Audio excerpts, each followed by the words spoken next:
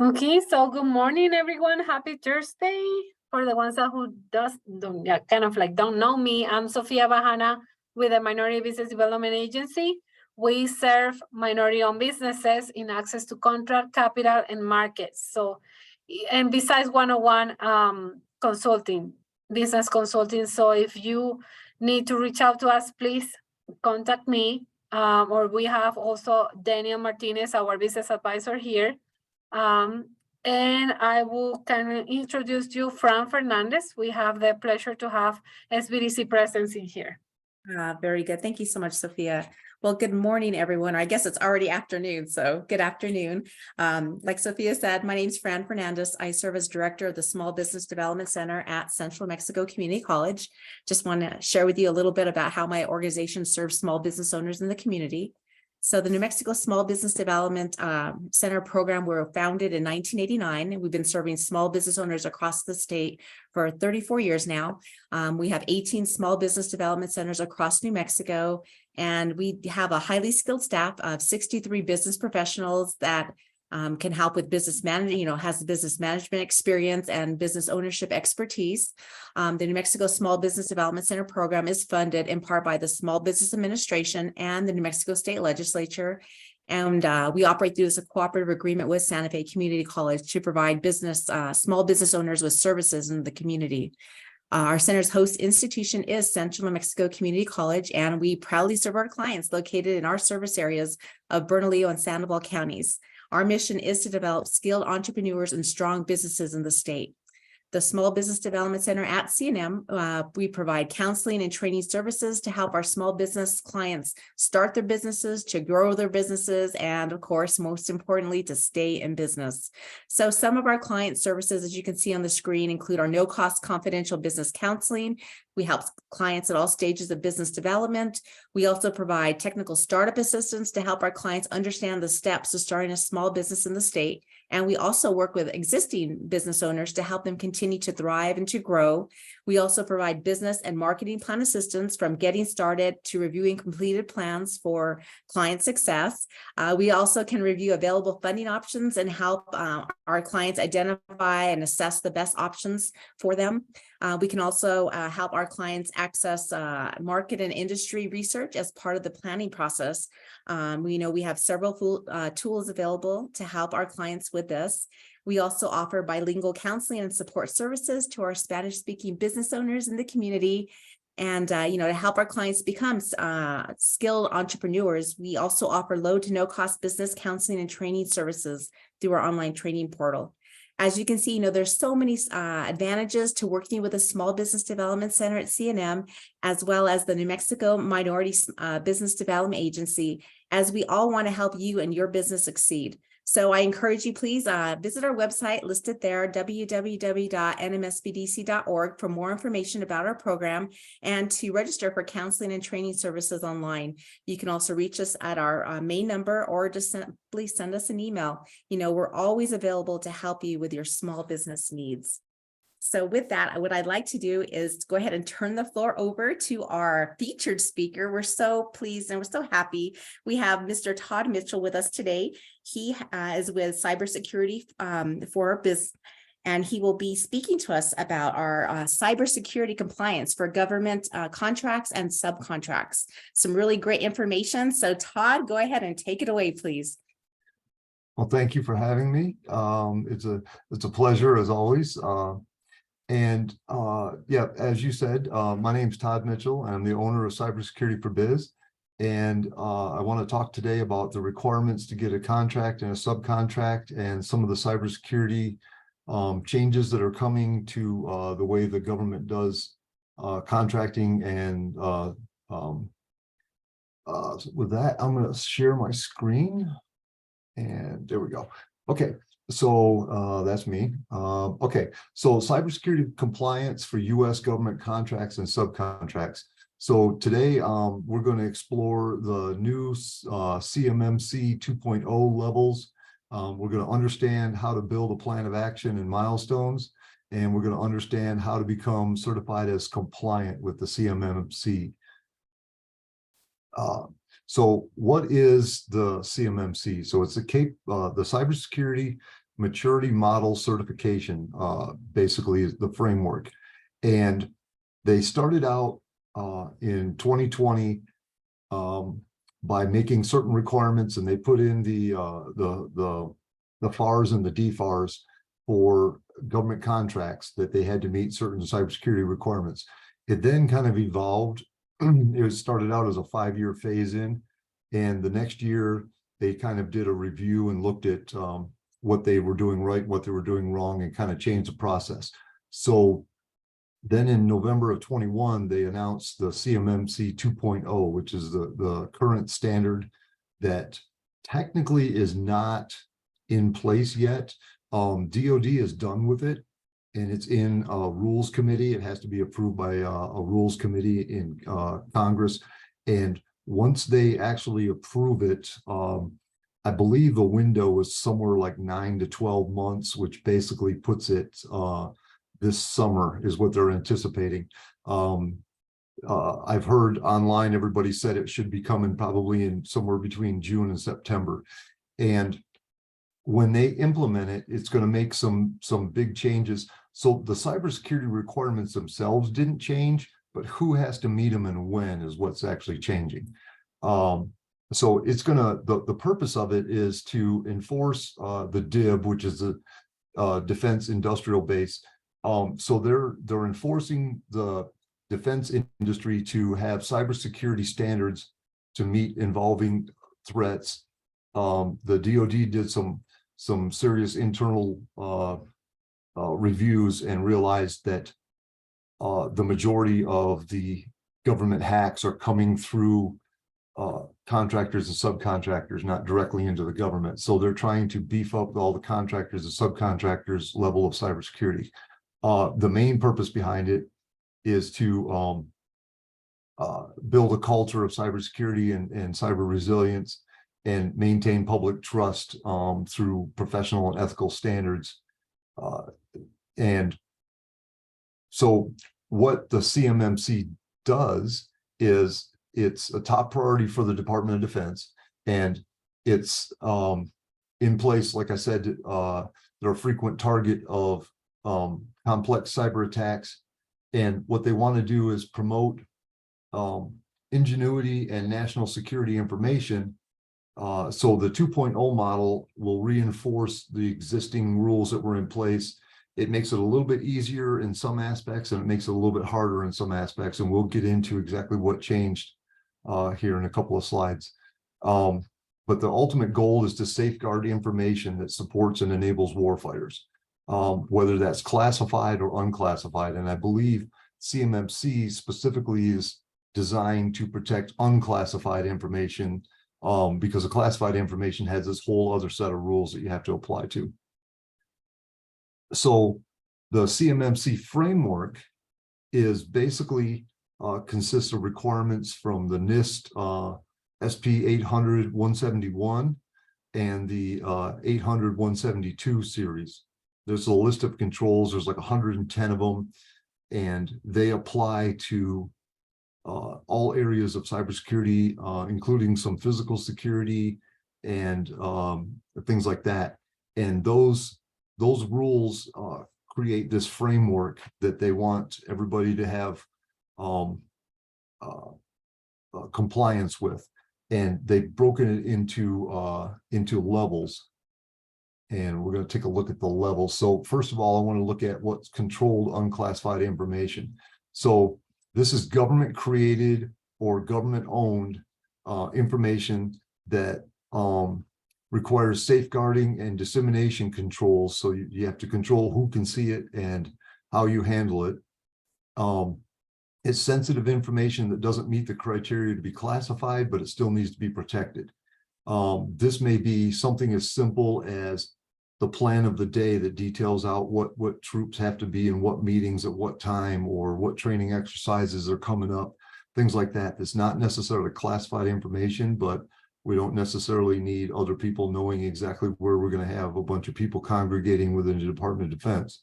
The personnel at all levels of responsibility across the mission areas receive, handle, create, and disseminate CUI daily within the Department of Defense. and it must be taken care of. And they provide a marking system, and it gives here a couple of examples in the last sentence of the FOUO, which is basically information that you need to, because you need it for your job. And if you don't need it for your job, then you shouldn't be able to see it. Now, the way they control the CMMC controls, there's 110, but what they do is they list it in levels. So level 1 is basically meeting the 17 that are most critical. That's basically general cybersecurity best practices that quite technically everybody in any business anywhere should be meeting. And then level 2 focuses on the remaining of those that are required by a stricter level of controls and more of a detailed process and documentation to prove that you're following that process. And then level 3 is going to be where they implement the controls that are in 172 that gets more into it's more based on privacy rules than necessarily cybersecurity rules. And between these 3 levels, once you attain level 3, you will be pretty secure. Now, some of the changes that are coming along,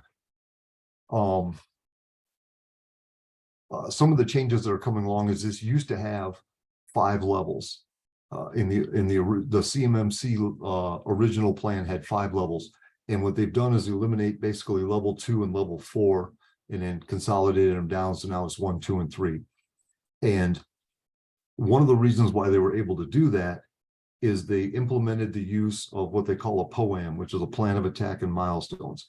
So it used to be you were level 1 and you were working, if you started working towards level 3, then you were automatically level 2. Well, they got rid of level 2 and said, now you're just level 1 with a plan to get to level 3, but you're not level 3 yet. And it kind of simplified the things, but it also enables, with that use of the POAM, it enables you to be able to get contracts that deal with the CUI and that would require a level 3. And even though you're not there yet, you could say, yeah, we're not 100% compliant yet, but you know, we're, for an example, 75% compliant, and I've got this plan to get the other 25% done in the next 3 months.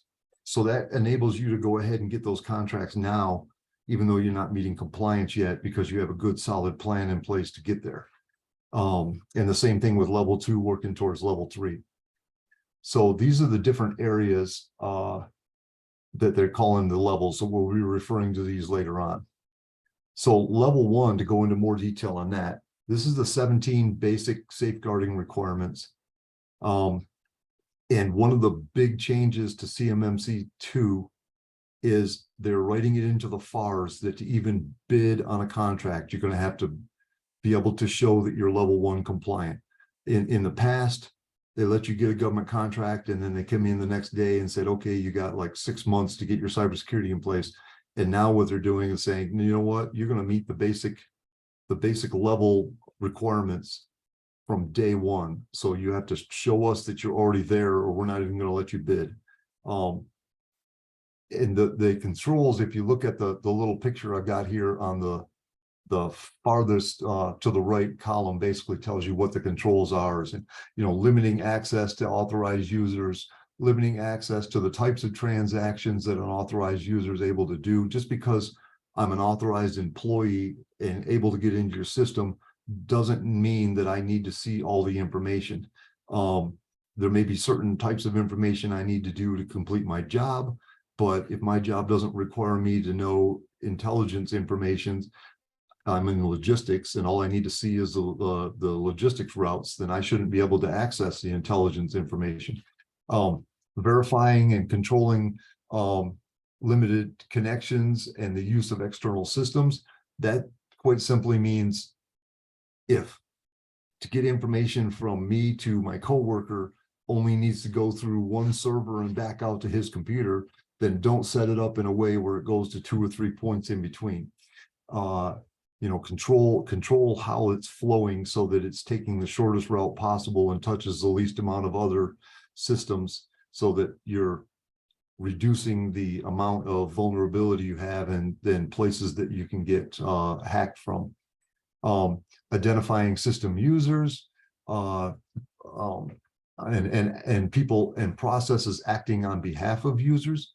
We all know what a system, what they're referring to by systems acting on behalf of users.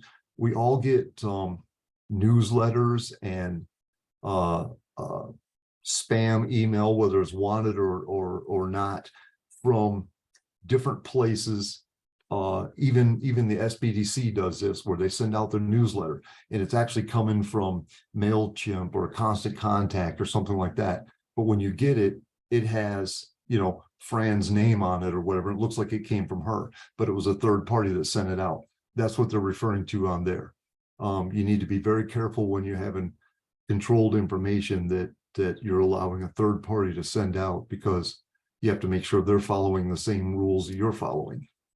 One of the other ones on here is authenticating identities of users, and sanitizing and destroying system media. Make sure that, you know, when you're getting rid of old equipment, that the hard drive is no longer usable. That includes a big one that I've seen that people overlook all the time is Xerox copiers, you know, or maybe not Xerox brand, but, you know, a copier that's sitting over in a corner.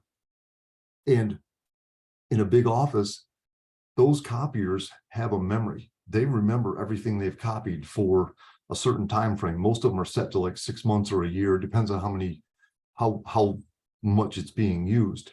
But so if you copied something that was confidential information a couple of weeks ago, and then the copier breaks and you guys just toss it in the dumpster, somebody could go in there and retrieve that, pull that hard drive out of there and be able to print off everything you've copied. So that's something to be aware of. The limiting physical access, escorting visitors, maintaining a log of who entered and who exited that space, controlling access to that space.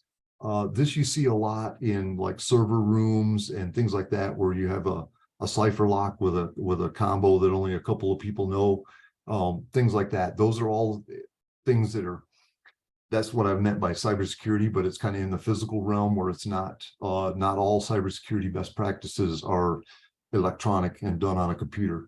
You have to be able to monitor and control and protect your communications, know who's being transmitted to and the boundaries and who can access it.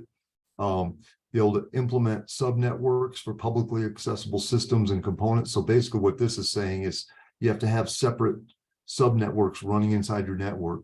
One for maybe your social media and your public facing website, have another one for internal use, and another one specifically designed for the CUI, so that if there is a breach of one of the other areas, it doesn't bleed over into that area. And where am I at? Okay.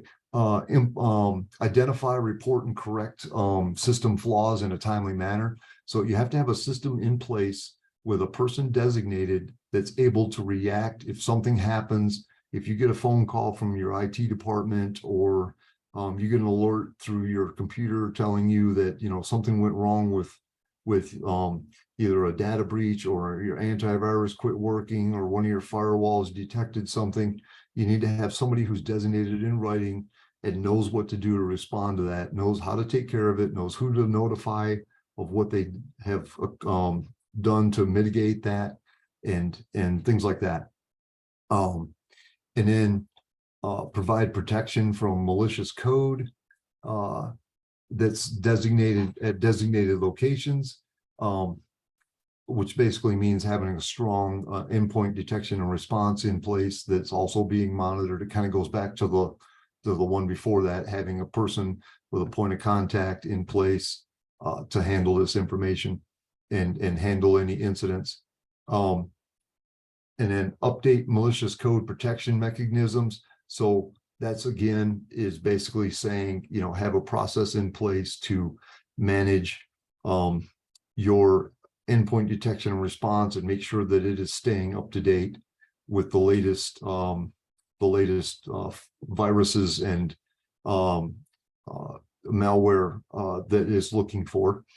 And then the final thing on there is performing periodic scans in real-time scans, including external sources as files are downloaded, opened, or executed, making sure that your system, any entry point into your system is covered, basically, whether it's through attachments on an email, whether it's through new software being loaded, all those different types of things, new computers being put onto the system. Those are all just ways that you become vulnerable, and you have to do something to control that. And definitely when it's necessary, you need to make sure that you're monitoring it. And then on here, I highlighted, you know, as soon as this rule, as soon as this CMMC 2.0 passes the rules committee, which should be in the next couple of months, you'll have to meet level 1 with a POAM for level 2 to be able to bid on a contract. That's the exact wording of how it's going to be put into the Federal Acquisition Regulation, the FARs. That's what the rule committee is arguing about right now, is the exact wording.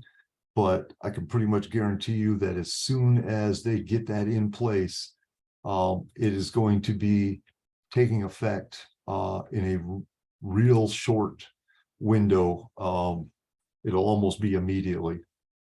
So this is the reason why the CMMC 2.0 has already been kind of published, and even though it's not a written rule yet, they're already suggesting that everybody start following this, because when it kicks in, it's coming fast and you won't have time to react. Okay, so how do you comply with all of those rules and regulations? How do you get a POAM? How do you get your compliance with all those 17 starting out, and definitely having a plan to meet the other 110, if not working towards meeting all 110 at the beginning? Depends on what kind of contracts you're getting into. And we'll get a little bit more details in a future slide of what the differences are going to be. But one of the things, if you were at the last week's webinar, I talked about the NIST cybersecurity framework. And one of the benefits of the NIST cybersecurity framework is it meets all but 2 of those 110 controls. I personally mapped it out and made sure that they all lined up, and there's only 2 of them that don't really fall into the NIST categories, and those are easily implemented on the side. So I like to use the NIST because the NIST framework will also give you compliance with that whole 110, but it also gives you compliance with many other best practices, and from ISO and from the NIST 800 series, the 800-53, if you've heard of that one, and several other frameworks. The SOC, it'll make you be PCI compliant with the payment card industry. It meets most of the HIPAA requirements if you're doing anything with medical information. So I like to use the NIST framework because it's kind of a catch-all that meets everybody else's frameworks. Basically, what NIST did was, when they designed theirs, is they went behind the scenes and looked at all the other cybersecurity frameworks and kind of lumped them all together and made one that meets everybody else's requirements. And this will also meet requirements if you have any other federal or state or local or industry requirements that you have to meet. So let's talk about the plan of action and milestones that you need to have. So it basically, that's a big, long, fancy name for stuff that you need to get done to meet that 110 requirements. It's a document that identifies all the tasks that need to be accomplished with regard to implementing the the 110 cybersecurity controls. So what you put in here is, and we'll go over them line by line, but basically it's what needs to be done, who's responsible for it, when it's going to be completed, and maybe even listing some of the things that you need, external things that you're going to have to do to help you get it done. What you put in the POAM is you put in the results of your assessment, basically the cybersecurity assessment that you need to do up front, and the system security plan. They call CMMC, calls it a system security plan. A lot of other places call it a cybersecurity plan. But basically you're putting in your assessment and your cybersecurity plan of what you need done. And this is all the gaps, everything that you haven't finished yet that needs to be completed. And you put down those items on your POAM. And then the first column is going to be a unique identifier number. You have to have a weakness description. So this is identifying what the weakness is. So for an example, your weakness may be you don't have your network split into sub networks to separate the CUI off in a different network, or the systems that handle CUI separated onto a different network. So that might be your weakness. So then the point of contact is going to be, you know, whoever. In a smaller company, you might have 1 or 2 people in charge of all of your IT, and you're designating one of those individuals as a point of contact. In a bigger company, you have maybe have somebody specifically for cybersecurity instead of just general IT. So you'd want to name that person. Maybe you have a compliance officer or a privacy officer or a security officer or something already named, and you want to use that person. It doesn't really matter. It's just who can be responsible for making sure that this actually happens. And then the resources required. Again, that's kind of you're predicting what types of resources are you going to have. Are you going to need to buy new servers to fix this issue? Or are you going to need to have an IT guy come in and write some code and reprogram your server? Or is this just assigning it to a person that's already on your IT team and they can go in and change a couple of configuration settings? And then the scheduled completion date is, you know, the month and date and year that you want to have this done by. And it should be realistic. I mean, obviously you're shooting for get it done as soon as you can, but you have to be realistic. If it's going to take you, you know, until next month's budget to buy the resources, then obviously this isn't going to get done for a couple of months. So you put that in there. And then the milestones with completion dates is kind of a breakdown of that. So let's say step 1 is to buy a new server. Step 2 is to pay somebody to write code or configure the server, you know, and then step 3 is to actually migrate your network over a holiday weekend when nobody's using it. So those would be 3 different steps. Obviously, the last one can't be done until the first 2 are done. So you put in completion dates that, you know, correlate to that. So it's like, okay, next month we need to buy the server. 2 weeks later, we need to have it programmed. 2 weeks after that, we're going to migrate, you know, or something along those lines. And then your source of discovery is going to be identify the source of this. So did you find out what this was because of your security assessment? Did you find this out because you got hacked and you figured out that was the reason why you got hacked? Did you find this out because of an audit coming in and identified it through that? So it had actually slipped through your assessment. The reason why you want to note that is for later on, you can go back and use this for an analysis tool and be like, well, wait a minute, we got a whole lot of findings on here that we didn't catch ourselves. So we need to step up our game, or we need to have an external auditor come in and look for a whole bunch of stuff that we didn't know we needed to look at. And then the status is going to be, you know, it's pretty simple. It's either complete or it's ongoing. And you need to assign that status for each thing. And then the most important thing on here was because of the points of contact.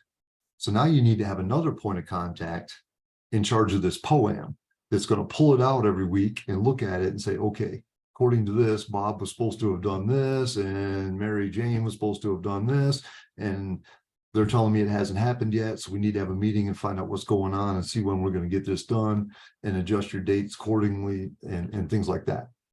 So it's a living document that you can't just write once and toss in a folder and forget about it. You have to pull this thing out and look at it, review it, and make sure that, you know, there's actions being taken and you're meeting these guidelines, and you kind of have to stay on top of this. All right, let's see. Oh, and it says on here, the findings, if they're, this is also based on risk.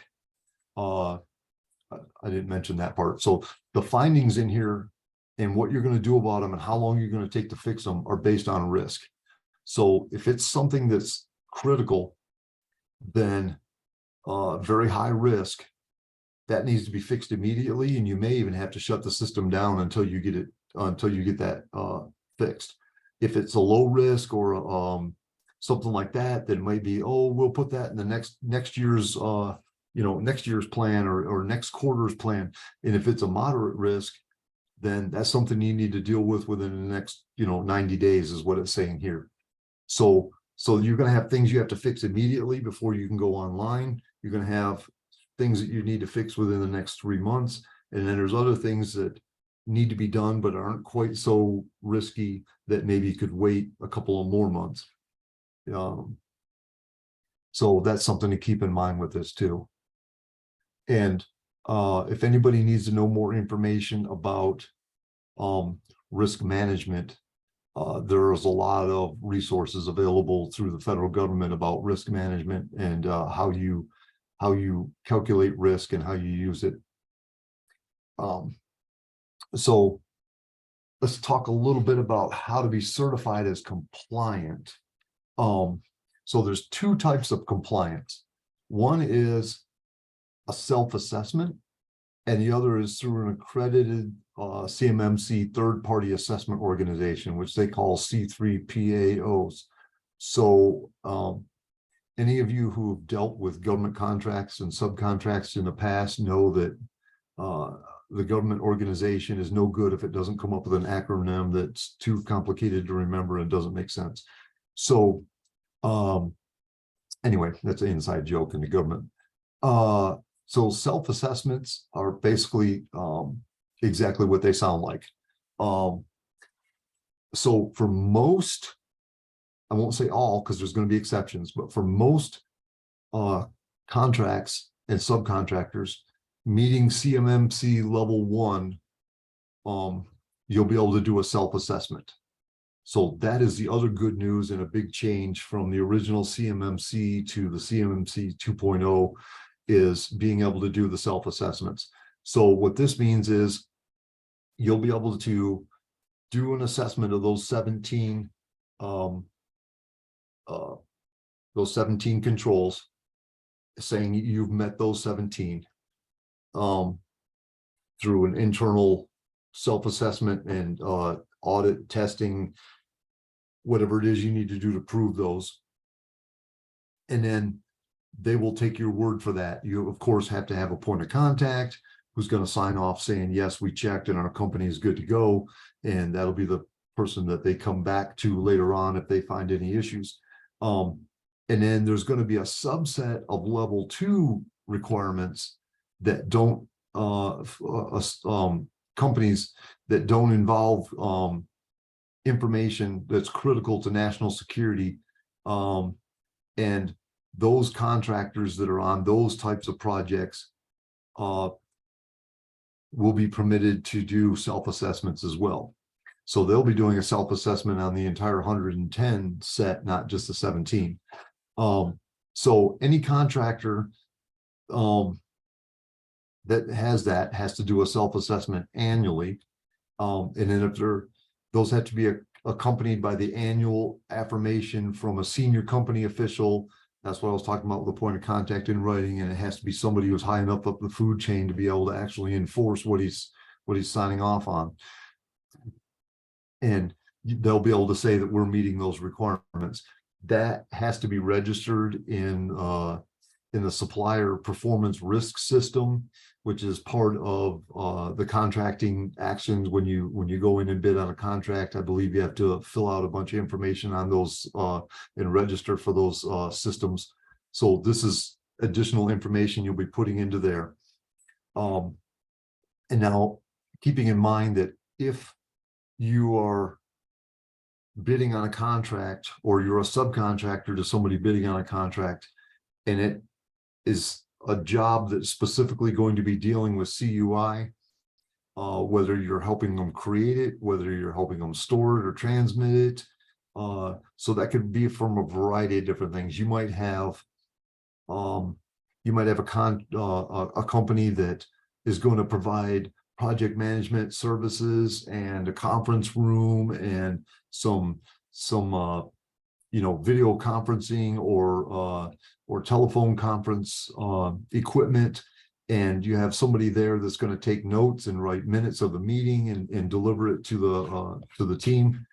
Then you may be handling CUI.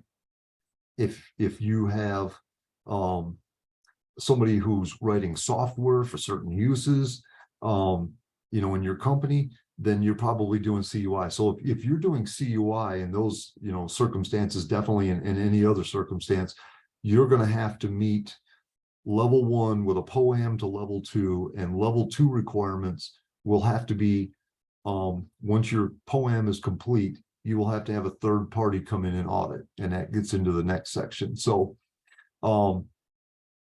once the CMMC 2.0 is implemented, contractors will be required to obtain a third-party level 2 assessment for anything that involves information critical to national security.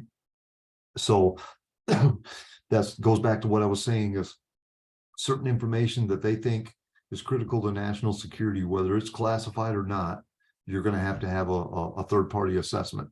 And this is for all contractors, subcontractors, and actually for the government agencies themselves. I used to work at the government agency side, and I know we had very, very strict cybersecurity rules on what software and devices we were allowed to put on the network and which networks we were allowed to be on. Okay, so the accrediting body, because you're probably asking yourself, well, how do I get a third-party assessment? So the accrediting body is they're calling it the Cyber AB, and this is who's going to accredit third-party accreditations. So they built an accreditation body to accredit third-party vendors that want to do assessments. And these assessors and instructors will be accredited as a C3 PAO. And I know this reads like a whole bunch of legal gobbledygook with a bunch of acronyms in it, but so basically they're going to have a cyber marketplace. That's what they're calling it, the Cyber AB marketplace, where you can go and there'll be a list of authorized vendors. And that's the big takeaway from this. Once you pick somebody off of that list, they will have already been approved and accredited by the Department of Defense to give these third-party assessments. And then they will give you the assessment, and you're still responsible. No, actually, I take that back. So after they complete the assessment, they will upload it into a computer system through CMMC that the DoD can access. So this is one of those cases where when you think you meet these levels, you go and do the assessment, and the assessor will load this up into the system that your DoD contractor, the Corps, will be able to access and see that you're meeting the requirements of the contract. Okay, and then I've got some resources on here, and as we did last time, I will email a copy of this slide deck to Sophia, and she will be sending it out to all you guys if you're interested in it. So these are just links to some websites, and this one's going on the Assessment Center, their database, where you can find out who the list of, or either if you want to become an assessor or if you are just needing one to help you do your assessment. And then to evaluate if you have a managed service provider, if your company's not large enough to have your own IT department yet, and you have a third-party vendor doing that for you, these are some questions that are things that you should be thinking about when you're shopping around and asking. These are questions to ask your managed service provider if they do this or that, or if they are aware of certain things, because it's kind of that association thing where now you're a government contractor, so your MSSP that you hired is now a subcontractor to you, but they have to be compliant so that you can be compliant. So you need to start being aware, and that actually goes out to a lot of different places. If you have other vendors doing, bookkeeping and accounting for you, or doing virtual assistants and things like that, those are all going to be kind of part of your organization now, and they're going to be you're going to be responsible for making sure that they are not causing harm or damage to your cybersecurity posture. And then here's another big one on the bottom is the CUI training from the Department of Defense. It's free. Anybody can click on this link and go in and look at that training. It gets into a lot more detail than I did, obviously, on exactly what CUI is and how it needs to be handled. Some more resources. Part of the requirements of this is you need to know what your new you need to know what threats are out there so that you can make sure you're protecting yourself against them. And now if you hire an MSP or an MSSP, and you have somebody else doing your cybersecurity or your IT for you, or if you are paying for an endpoint detection and response, you can check with them because they're probably doing this for you. But basically, they need to know what the latest threats are and make sure that they're protecting against them. If you have a new threat come out that your current system doesn't address anything in that area, then you need to make sure you're adjusting what you're doing accordingly and protecting yourself from the latest threats. And then there's cybersecurity awareness training, which is a general training on insider threats and good for all employees on things to look for as far as, strong passwords and sharing accounts and phishing attacks and things like that. So that's a great resource. And then the last one is this: how do you build a system security plan? So this is a link to a template straight from NIST on the system security plans. And they have a video that kind of goes over it a little bit too. Excuse me. So what I got, oh, excuse me. So before I get to questions, what Sophia was asked me to make sure that you guys understand the next steps. So if you are interested, if you're a minority business and you are interested, she's offering 2 hours of cybersecurity consultation, and then we can also get into doing the assessment and the cybersecurity plan and a template for the POAM and kind of pointing you in the right direction on this stuff. So it's basically a one-to-one and kind of going over some of the things we just went over, but more customized to exactly you and your business and what you need to do. And this is all of her contact information, which I believe most of you are probably in contact with her already anyways, but so get a hold of her. And this is this is something that they have in the budget, and they're providing assistance with this to small businesses. But it's kind of on a time frame because it has to be done by the end of the month. So don't wait too long to get a hold of her. If this is something you're thinking about, you better get a hold of her today or tomorrow and get your name on the list. And I probably butchered that horribly, but okay. So does anybody have any questions on anything that I went over? Hopefully we now all know what the different levels of CMMC 2.0 are and who has to meet certain ones. And then we understand what needs to go into a POAM and what it is for, and understand how to get certified, or if you can self-certify. And here's my contact information, or you can contact me through Sophia. She's also going to be the best point of contact if you, especially if you want to get a hold of those services. And I'm going to stop sharing. All right. So Yeah, Todd, great presentation. I believe there's Shirley. She had raised her hand. okay. So Shirley, can you unmute? I'm not sure if you have that ability, or Daniel, maybe you can unmute her. Let's see here. I think maybe she may have put a question here in the question and answers here in the chat. Can I get a copy of the recording email to me?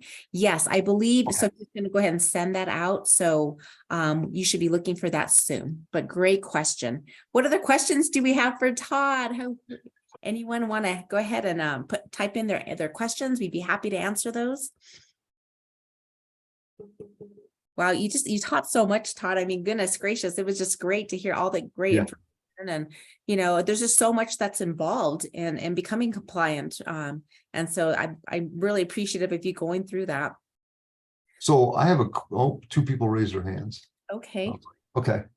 So let's see here. So Daniel, I don't have access to that, but can you allow these participants to? Oh, I got to click. Oh, my bad. Oh, we're telling them to talk and we got to hit the allow to talk button. Okay.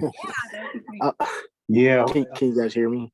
Yes. Yeah. Okay. Awesome. Hey, Todd, I am so sorry for not getting back to you. I had an influx of customers to deal with. So I am definitely interested in the consultation, especially being since my business will be government contracting in cybersecurity. I've been doing it for about 12 years, software engineering for NASA, Lockheed Martin, Halliburton, so on and so forth. And I just want to transition to focusing on the cyber side to provide more value. Right. So I'm looking forward to that, my man. Yep. And I shot you're you on an the email list. already. So just shoot me an email and we'll coordinate a time. Okay, you got it. He's already gave me your information and told me that you're on the list. All right, awesome. Okay. Thank you. Yep. And Shirley, do you have a question? We can allow you to talk as well if you want to go and ask your question. There we go. No, ma'am. That was the question I had. Thank you guys so much. Okay. Good. Thank you. Okay. So let's see here. Any other questions? Any pressing questions you have for Todd? You know, he is such a great expert and a good resource for us all. So I guess my question would be for you guys, and you can just dump it in the chat. So who all here of the people listening, how many of you are considering a government contract? And are you looking for something in the Department of Defense, or is it the state of New Mexico, or one of the other federal agencies, or just kind of get a vibe for who all's in the audience? If you want to just drop it in the regular chat room. In the chat. Very good. Yeah, just go ahead and put that in there, please. Just want to get a feel for the room, the virtual room, I guess.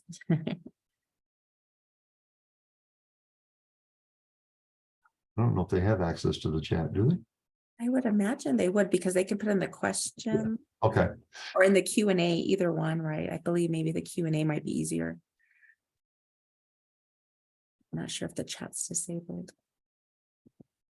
Q&A was open. There's his chat. Oh, see here. Oh, chat is disabled. Okay. Oh, it is. Okay. Oh, it is. All right. So put it in the Q&A then. My mistake. No worries. Thanks for getting us the heads up there, Nick. And I don't know if I can do this on a mass or if I have to like one at a time, but I don't have where is the? Can you see that there at the bottom, the Q&A? Yeah, there we go. There you go. Okay. Do state contracts have to abide by these rules? So that is a very good question, Nick. I believe that you're going to have 50 different answers because it depends on which state you're in. So if you're going for a contract with a certain state, you're going to have to abide by what that state's rules are. I know the state of New Mexico didn't pass it for whatever reason. I don't know the inside politics of what goes on up there in Albuquerque, or Santa Fe, but they had legislation has hit the floor for a vote like 3 years in a row now, and for whatever reason it just won't pass. But sooner or later it's going to. I think this year it actually almost made it, but it didn't get voted on, but it got approved by the committees and all that stuff. So it'll probably come up for vote next year, or next session. But there's like 6 states out there now. California was the first one, and there's 5 other ones that have followed suit that have implemented data rights protection laws that basically say, so I don't know if you've noticed, if you go on Facebook or whatever, or Google, and you can opt out if you're from California, but if you're not, you can't. Other states are starting to pile onto that list. So that's one thing that you're going to have to abide by, is your customers will have to be able to opt out of you collecting certain information, which on a government contract may or may not affect you. It just depends on what you're getting contracted to do for the government. If you're going to run, one of the military's recruiting websites for them or something, that would very much impact you. If you have, if your contract is going on to certain states, I know Colorado was one of those states that already passed the data rights protection. So, and I know some of the reason why I mentioned that is I know some of the people here with the Minority Business Development Center and with the SBDC are in Southern Colorado. So if you're living or doing business with those people, then you have to give them the option to opt out, and you have to guarantee that their information that you're collecting is done in a certain way. You have to tell them what you're collecting. That's why you're starting to see these privacy things showing up on websites that say, oh, we collect this and this and this, and this is what we do with it. It's a law now in some of these states to do that. So that's where it depends on each state. I know I'm originally, I shouldn't say originally, but my last location before New Mexico was in Virginia, and Virginia state laws and Maryland state laws, because of the proximity to the Beltway, were almost mirrored what you needed for the federal government. So you had to have cybersecurity in place. You had to have cyber insurance and all kinds of things. Well, their state legislature got hacked, so they kind of woke up and got real serious about cybersecurity a couple of years ago. But hopefully that'll answer your question. It depends on exactly what state you're talking about. You need to investigate and find out what rules apply. Okay, let's see. DOD wants me to assist him. Yep. Okay. So yeah. So you're working on somebody with a CISSP getting into contracts. Yeah. And that's the same thing. I would almost and we'll talk about this more offline, but just so everybody else understands what's going on. So Kamal is looking at starting a business that's going to do cybersecurity for the federal government. And I can tell you right now, without any doubt in my mind, you have to meet all 110 of those requirements, plus probably the ones in the other side too. So you need to go for full NIST compliance right from the start, or you don't have a chance getting a contract against some big company like Northrop Grumman or General Dynamics that has all those requirements already met. So that's something to keep in mind. Okay, an IHS contractor with standalone computers with minimal access to outsiders. How much security is required? So that would be good conversation I would suggest you get a hold of Sophia and tell her you want to do a one-on-one so we can get more into the nitty-gritty. I don't want to air all your dirty laundry in front of everybody else. But I would say you still have to do the basic minimum, and it's hard to explain.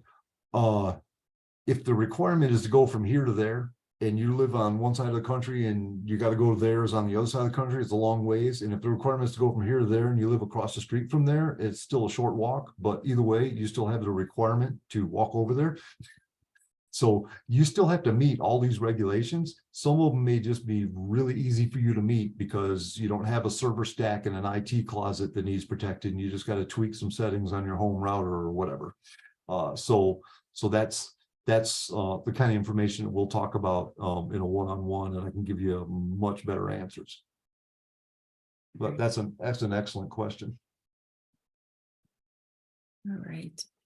And then you saw the other message from Kamal there. Yep, yeah. Yeah. Okay, no, excellent. All right. Any other questions? I know we're going to be wrapping this up here shortly, but if anyone else wants to share, that would be great. And you could put that in the Q&A.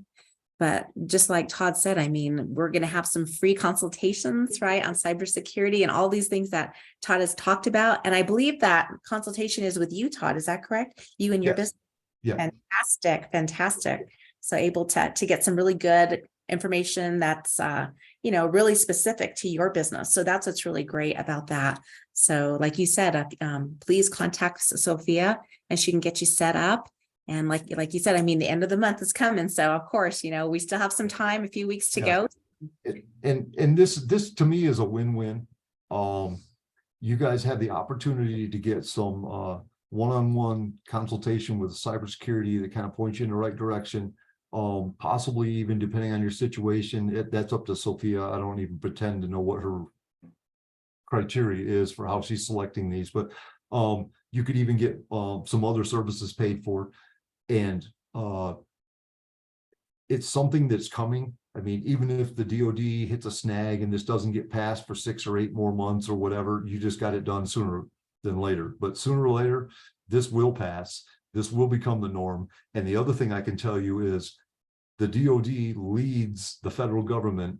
And we all know from listening to Congress yelling about the budget, it's like, 3/4 of the federal budget is the Defense Department.